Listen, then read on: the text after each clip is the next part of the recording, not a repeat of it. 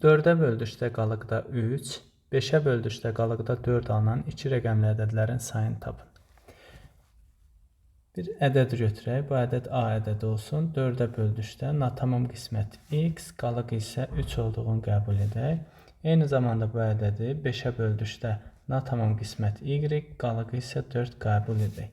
Buradan A ədədini təyin etsək, 4x üstəgəlinsin 3 olduğunu alaraq, ikinci ifadədən isə A ədədi 5y üstəgəl 4 olduğunu alarıq.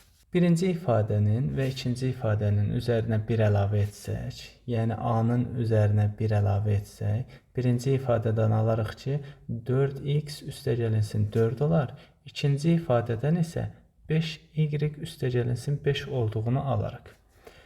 Bunu bu formada da yaza bilərik. A üstəgəl 1 bərabərdir 4 vurulsun x üstəgəl 1 bərabərdir 5 vurulsun y üstəgəl 1.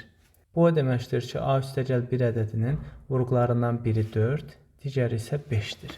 Yəni A üstəgəl 1 ədədi həm 4-ə, həm də 5-ə bölünür. Həm 4-ə, həm də 5-ə bölünən ədəd deməli 20-yə də bölünür.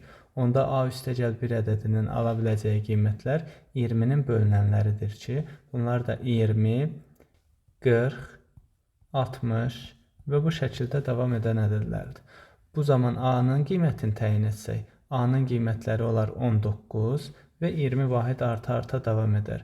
39, 59, 79 və 99 ədədləri olar ki, bizə də iki rəqəmli ədədlərin sayı lazım idi. Onda bu say 5-ə bərabər olar.